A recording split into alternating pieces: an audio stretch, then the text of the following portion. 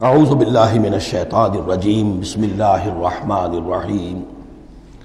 یہاں وہ پہلا حصہ جو ہے نصف اول کا ثلث اول، یعنی نصف اول جو ہے سورہ مبارکہ کا میں نے عرض کیا تھا کہ اس میں پہلی آیات 32 ہیں، جنرل ہیں، تمہیدی ہیں، دین کے بڑے جو گہرے اصول ہیں وہ ہیں، دعائیں تلقین کی گئی ہیں، محکمات اور متشابہات کا فرق واضح کیا گیا ہے۔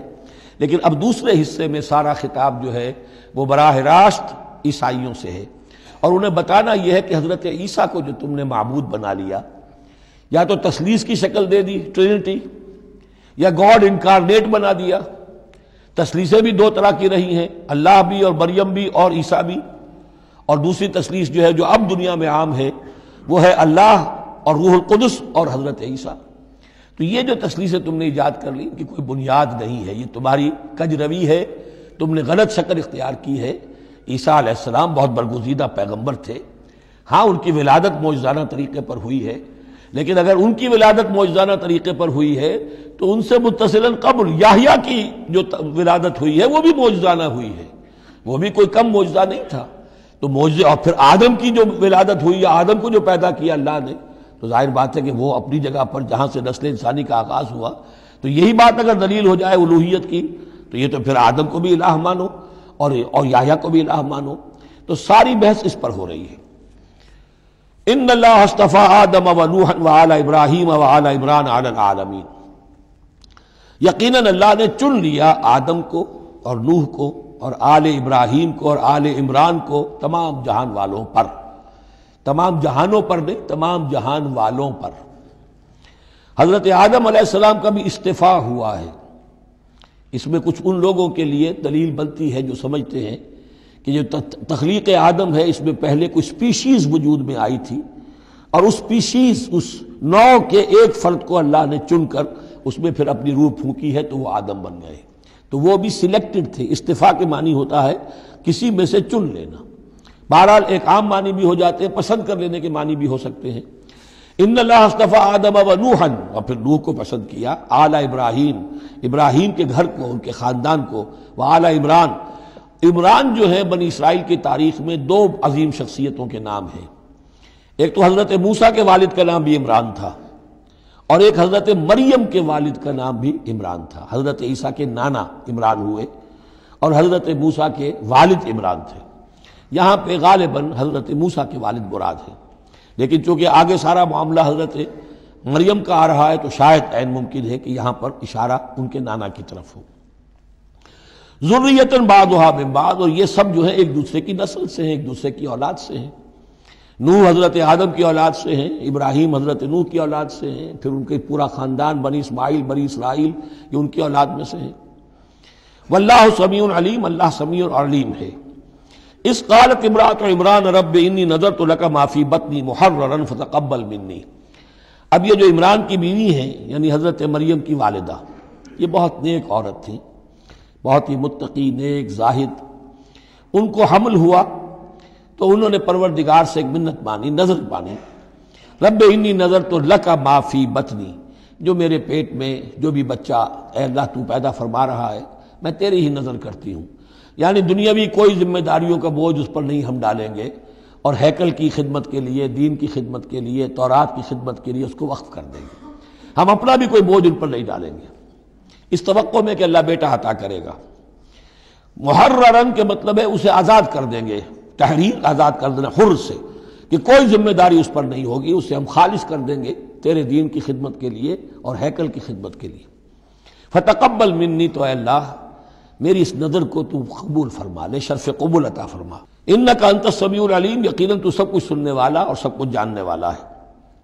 فلما وضعتها قالت رب انی وضعتها انثی، اب جب وضع حمل ہوا تو پھر اس نے کہا اے اللہ یہ تو میں ایک بیٹی جنم گئی ہوں، یعنی میری تو یہاں بیٹی ہو گئی ہے، میں تو امید میں تھی کہ بیٹا آئے گا تو اس کو جو ہے میں وقف کر دوں گی۔ اس وقت تک ہیکل کے خادموں میں کسی خاتون کو، لڑکی کو قبول نہیں کیا جاتا تھا۔ واللہ عالم بما وضعت، اللہ فرما رہا ہے کہ اللہ بہتر جانتا تھا کہ کیا اس نے جنا ہے، اسے کیا پتا کیسی بیٹی جنی ہے۔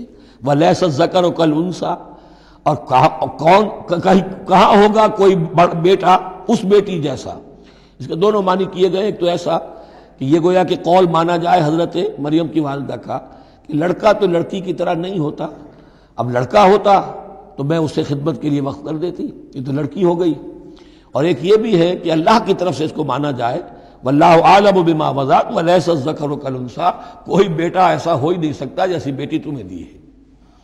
وانی سمیتھا مریم، اور وہی اب ان کا کلام شروع ہوا ان کی والدہ کا مریم کی، میں نے اس کا نام مریم رکھا ہے.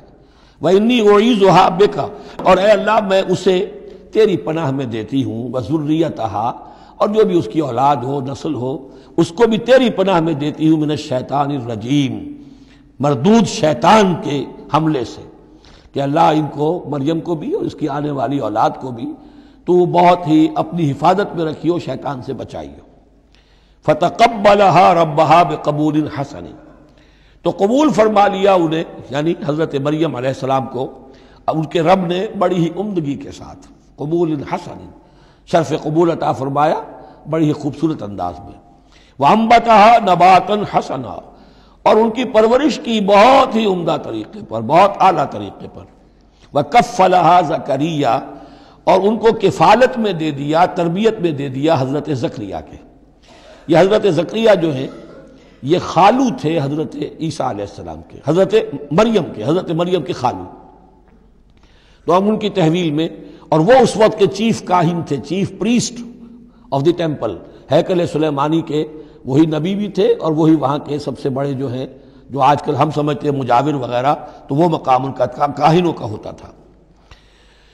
وکفلها زکریا کلما دخل علیہا زکریا المحراب، جب کبھی بھی زکریا ان کے پاس جاتے تھے محراب میں، وجد عندہا رزقا، وہ دیکھتے تھے محراب حجروں کی شکل کے اندر جو جیسے بنے ہوتے ہیں مسجدوں کے ساتھ، تو ایسے ایک حجرہ ان کو دے دیا گیا کہ یہ اللہ کے لیے نظر کی گئی ہے اور ان کو قبول کر لیا گیا ہے، تو اب ان کے لیے یہاں پر یہ حجرہ ہے، اس میں وہ رہتی ہیں. لیکن جب بھی وہ حجرے میں جاتے تھے تو دیکھتے تھے ان کے پاس کھانا، میوے رکھے ہیں بغیر موسم کے. اور بعض لوگوں کی رائے یہ بھی ہے کہ یہاں سے مراد مادی کھانا نہیں ہے بلکہ علم و حکمت، کہ جب حضرت زکریا ان سے بات کرتے تھے تو یہ کہ انہیں حیران رہ جاتے تھے کہ اس لڑکی کو یہ اس قدر حکمت کہاں سے مل گئی، اتنی معرفت کہاں اس کو حاصل ہوئی. قال یا مریم انا لک ھذا، وہ پوچھتے اے مریم یہ تمہیں کہاں سے چیزیں ملتی ہیں، یہ کھانے کہاں سے آ جاتے ہیں، یہ بے موسمی پھل کہاں سے آ جاتے ہیں، یا یہ علم و حکمت کی باتیں تمہیں کیسے معلوم ہوتی ہیں. قالت هو من عند اللہ، تو وہ کہتی تھی یہ سب اللہ کی طرف سے ہے، اس کا فضل ہے، اس کا کرم ہے. ان اللہ یرزق من یشاء بغیر حساب، یقیناً اللہ تعالیٰ جس کو چاہتا بغیر حساب عطا کرتا ہے. صدق اللہ العظیم.